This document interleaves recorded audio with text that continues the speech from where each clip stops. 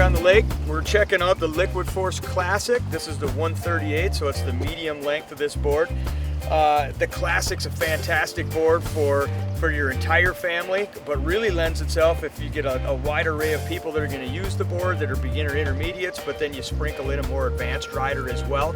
This is probably a board worth looking at. So some of the basic features of the board. First off, it's going to have a 3-stage rocker. Rocker's the lengthwise curve of the board. The 3-stage rocker is built kind of like a skateboard. It's kicked in the tip and it's kicked up in the tail, but it has this nice big flat area through the center.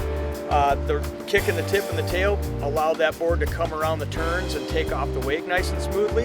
This big flat area in the center is going to act almost like an accelerator pedal. So after this board comes around the turn and goes to charge the wake, it's going to allow that board to generate more speed, which is going to translate into higher and bigger airs.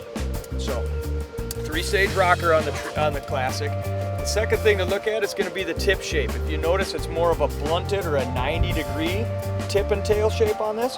So what that's going to equate to is once that board reaches the top of the wake, it's going to kick or pop a little bit harder. So definitely a more pronounced punt off the top of the wake. The next thing to look at on it is the fin setup. So here you have a dual fin setup. The fins are moved to the outside as far as you can, so you're going to get the maximum amount of control and edge holding power. If you see, they're a little bit shallower fin and definitely longer. So what these fins are designed to do is once you get that board up on edge, it's going to allow that board to really lock itself in, utilize these nice sharp edges and rails to generate more speed, which is going to transition, of course, into higher and farther airs. So nice multiple fin setup at either end for edge holding power. The last thing to look at is actually the layup of the board.